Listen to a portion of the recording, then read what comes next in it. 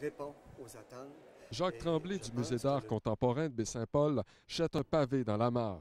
quand on pense, par exemple, que beaucoup d'argent se donne dans la région de la capitale nationale, les événements dans Charlevoix font figure actuellement de parents pauvres. Depuis les dernières années, les millions semblent pleuvoir sur Québec.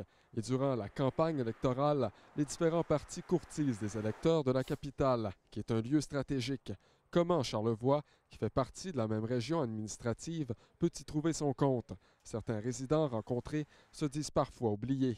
Sur plein de points, oui. Moi, je travaille dans le milieu de la santé, puis souvent, on est englobé dans la grande capitale nationale, mais on a souvent les miettes. C'est vrai qu'il ne promène pas grand-chose, là, dans Charlevoix.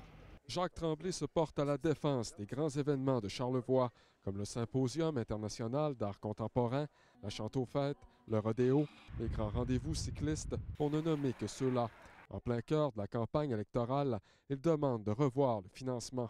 C'est clair que tous les grands événements de Charlevoix actuellement ont beaucoup de sous-financement. Tous ces grands événements qui contribuent à l'essor touristique de Charlevoix.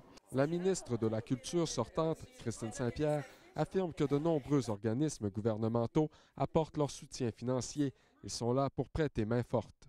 Quand les gens viennent nous voir sur des problèmes d'ordre financier comme ça, on est toujours à l'écoute. Avec la nouvelle carte électorale de Charlevoix qui s'étend dorénavant jusqu'à Québec, reste à voir comment la région réussira-t-elle à tirer son épingle du jeu. Patrick Harvey, à la Malbaie.